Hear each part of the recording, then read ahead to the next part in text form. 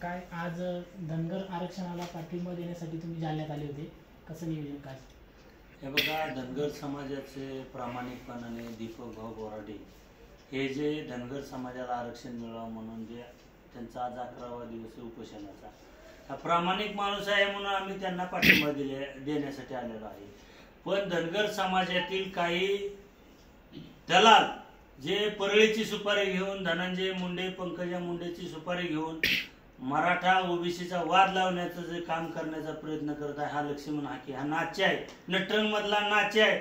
आणि हा नाच्या मराठवाड्यातील कष्टकरी, शेतकरी आणि वारकरी संप्रदायाला मानणारा, मराठवाड्यातील एक संघर्षाची भूमी असणाऱ्या, साधू संतांच्या विचाराची भूमी असणाऱ्या ह्या मराठवाड्यामध्ये जाती जाती विष पेरण्याचं काम पश्चिम महाराष्ट्रामधनं इथे येऊन करणारा हा बेवडा लक्ष्मण हाके करत आहे.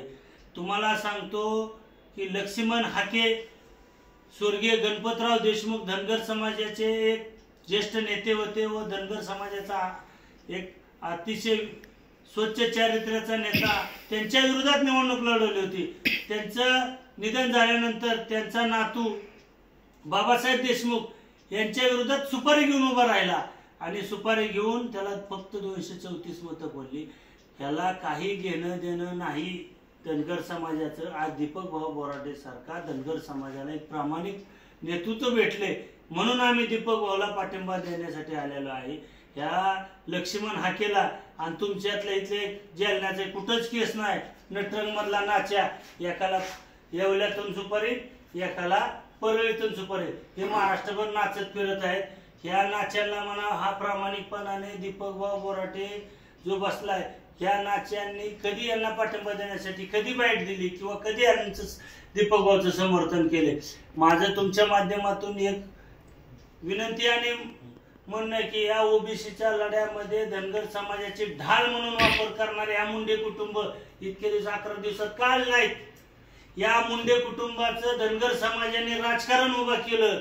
दीपक भाऊ बोराडे सारखा 11 दिवस आमरण उपोषण करणाऱ्या, कुठे गेला धनंजय मुंडे, कुठे गेले पंकजा मुंडे, कुठे गेला छगन भुजबळ, की तुम्हाला फक्त ओबीसी ओबीसी म्हणायचं आणि तुमचं राजकीय स्वार्थ भागवायचा. तुम्हाला तुमची मुलं, तुमचे पुतणे हे सेटल करायचे आणि हा प्रामाणिक लढा उभा करणाऱ्या दीपक भाऊ बोराडेच्या आंदोलनाला का आले नाहीत पाठिंबा द्यायला? फक्त यांना राजकीय फायदा घ्यायचा आहे. आणि या फायद्यातून तुम्हाला सांगतो, ही नाचे नाचत फिरतात. या नाच्यांना चिल्लर दिली आणि चिल्लर घेऊन मराठवाड्यात फिरत आहेत.